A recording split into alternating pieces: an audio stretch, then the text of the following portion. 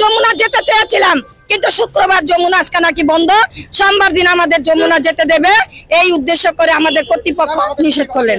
আমাদের 7 তারিখ আজকে শুক্রবার সরকারি বন্ধের দিন আমরা কর্মচারীরা কেন্দ্র শহীদ মিনারে সমাবেশ করেছি। শেষ কেন্দ্র শহীদ মিনারে আমাদের প্রধানমন্ত্রী মাহমুদুর রহমান মান্না স্যার ছিলেন, তারাই শেষ করে আমরা কর্মসূচি নয় আমরা প্রধান উপদেষ্টার কার্যালয়ে পরিপত্র দেওয়ার জন্য আমাদের যাতে এই স্মারকলিপি দেওয়ার জন্য আমরা গিয়েছিলাম।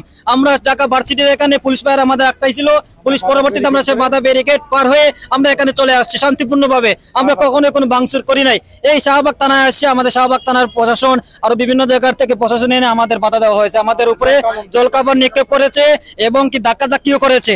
যে সকল কর্মচারীর বেতন বৃদ্ধি শেষ ধাপে পৌঁছেছে তাদের বেতন বৃদ্ধি নিয়মিত করতে হবে এবং আমাদের সচিবালয়ের নয় সকল কর্মকর্তা কর্মচারীদের দ্রব্য মূল্যের ঊর্ধ্বগতি, এই ঊর্ধ্বগতির সাথে আমাদের যে সরকার যে বেতনটা দিতেছে যেটা দিয়ে আমাদের মাসের 15 দিন চলা অসম্ভব। 15 দিনের পরে আমাদের ধার দেনা করে আমাদের যারা 11 থেকে 20তম গ্রেডে আমরা চাকরি করি, আমাদের প্রত্যেকের একটা মুদি দোকানে দেখবেন 20 থেকে 30,000 টাকা আমাদের বাকি থাকে। আজকে আমাদের পেটে ভাত নাই, আমাদের মৌলিক অধিকারের মধ্যে খাদ্য, বস্ত্র, বাসস্থান, তাহলে আমরা স্বাধীন দেশে বসবাস করি।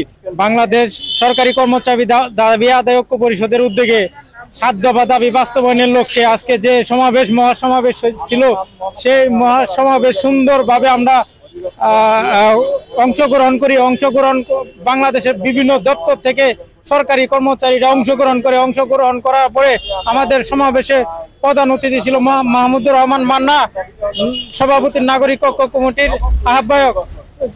আমরা ওখান থেকে আসার পথে আমরা এখানে ঢাকা বিশ্ববিদ্যালয় টিসির মোড়ে ওখানে আমরা পুলিশের বাধামুখী হই, ওখানে আমাদের বাধা ভেঙে ব্যারিকেড আমরা যখন শাহবাগ জাতীয় জাদুঘরের সামনে আসি, এখানে ব্যারিকেড দেওয়ার পরে আমাদেরকে আমরা সুন্দরভাবে কর্মসূচি নিয়ে আমরা প্রধান উপদেষ্টার বাসভবনে স্মারকলিপির জন্য আমরা যাচ্ছি। এই সময় আমাদেরকে জল কামন দিয়ে আমাদেরকে ভিজিয়ে দেয়।